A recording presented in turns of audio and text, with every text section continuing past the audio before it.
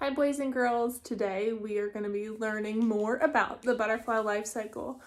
For today you're going to need a couple of things if you can find them at your house. A piece of paper, a pencil or something to write with, a pair of scissors, and a couple of different colors of paint. It doesn't matter what colors it is, but we'll go into more detail about that in a minute.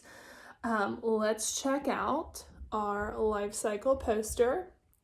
See, the arrows show that it keeps going around and around and around. We have the eggs, the caterpillar, the chrysalis, and the butterfly. The adult butterfly lays the eggs. Out of the eggs is the caterpillar. The caterpillar eats and eats and eats, and he makes his chrysalis. And then when he comes out, he is a beautiful butterfly. So one of the really cool things about butterflies is their wings and the different designs that you can see on a butterfly's wings. Today I'm going to read a book called Waiting for Wings, and it is a story that has part of the butterfly life cycle in it. I really like how the author and illustrator made the pictures, and if you notice, looking at the butterflies, the left wing and the right wing have the same design on them. And that's what we're going to try to create with our paper and our paint at the end of the story. Waiting for Wings. Because the words are here from left to right, I think that I should open the book this way, but it doesn't open. I have to turn the book and the words actually look sideways, but the words inside will not be. Waiting for Wings. Out in the fields are eggs hidden from view. Get those little blue eggs.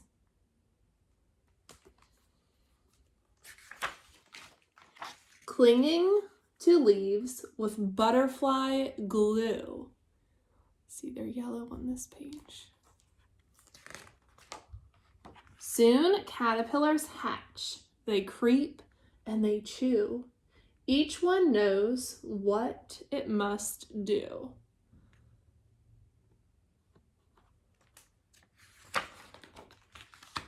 Find a place where winds don't blow. The wind might knock them down. Then make a case in which to grow. That case is called the chrysalis. Caterpillar changes now begin. See, there are different types of chrysalis depending on what type of caterpillar it is. Body and wings take shape within. When it's time, each case is torn. You can see the chrysalises look a little bit different. This one was a bright green. Now I see a little bit of a butterfly wing in there. Wings unfold. New butterflies are born.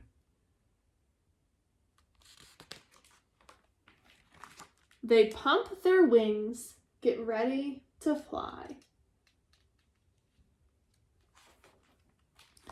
Then hungry butterflies head for the sky, looking for flowers with nectar to eat. They catch a whiff of something sweet. They follow that fragrant scent of perfume. That means it's something they can smell. Until they find our garden in bloom. We've been waiting for wings. We watch them circle, land on their feet, unroll their tongues, and begin to eat. They dip and sip, then fly away back home to the fields. They have eggs to lay.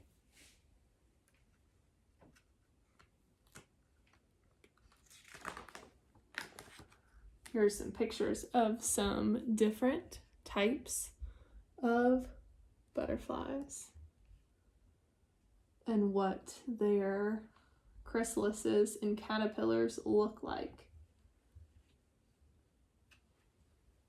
That one looks like it has red eyeballs.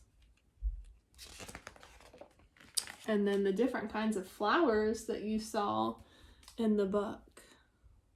Look at all those pretty colors.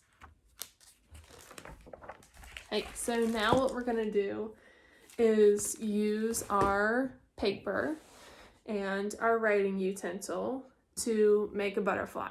So if you don't have your paper, something to write with, you're gonna wanna pause the video so you can grab that and restart it when you get back to a spot to draw.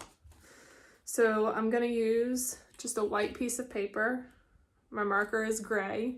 You can choose a pencil also if you want to. And first I'm gonna start with an oval in the middle of my paper.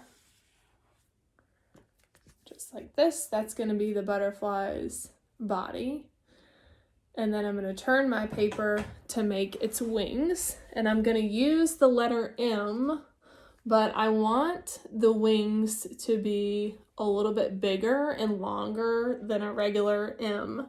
So when I turn my paper, I'm gonna try to make my wings. Ooh. And this one's just a little bit smaller than that one is. So that's one side of my butterfly. Then I'm gonna turn my paper the other way and try to make them as much as I can look the same here. So I'm gonna start with my littler one and then my bigger one.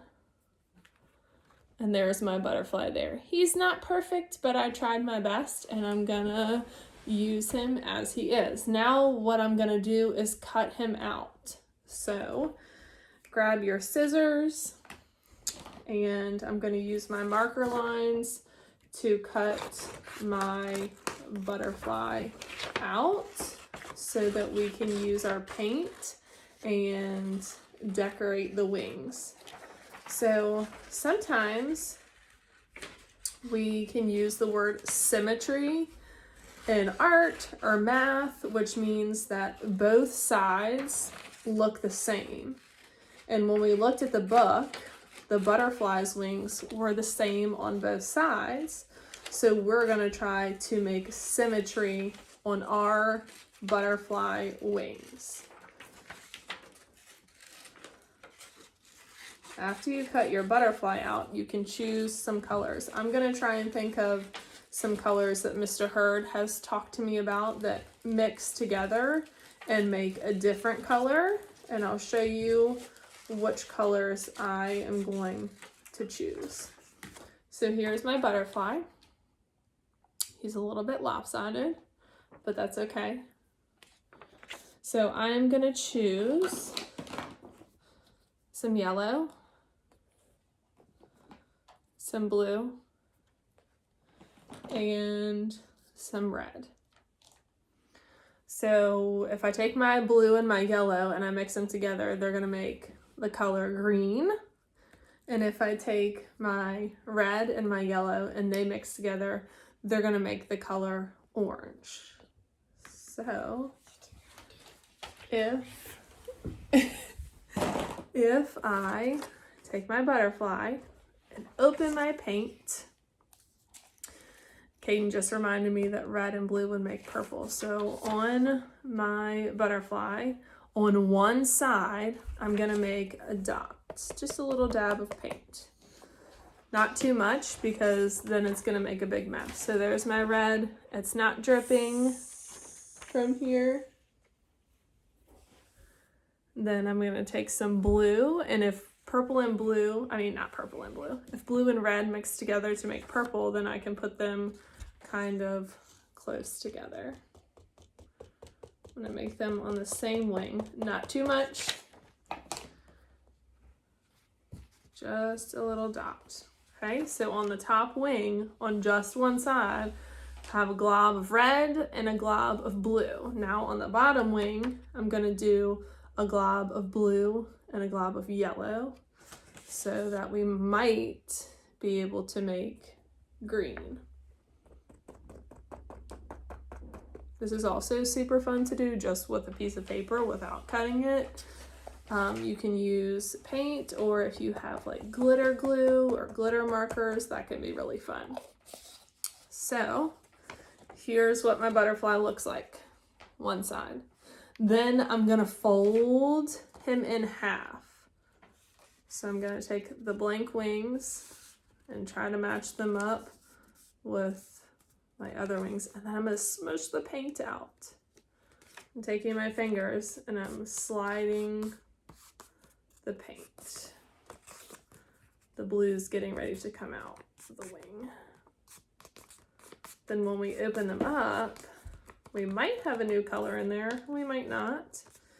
And hopefully they'll have the same design on either side. You could also draw. Here's what my butterfly looks like. You could also draw the same design on one side of your butterfly wing as on the other side. Let me show you what the symmetry looks like if you just do one piece of paper. If you just do one piece of paper, then you could let the paint dry and cut your own butterfly out. So I'm going to take a computer piece of paper and fold it hamburger style. And then in the crease, I am going to put some of my paint.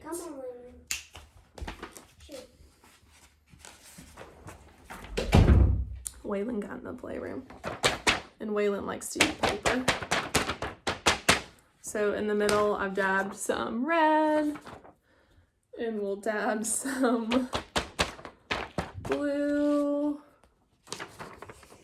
and then I'm gonna dab some yellow, and then I'll stretch it out on my fold. Kind of did the yellow a little bit next to. This, it's okay if you have a little bit extra paint because you have more space to spread it out. So this is what it looks like now. We'll wait. Check this out.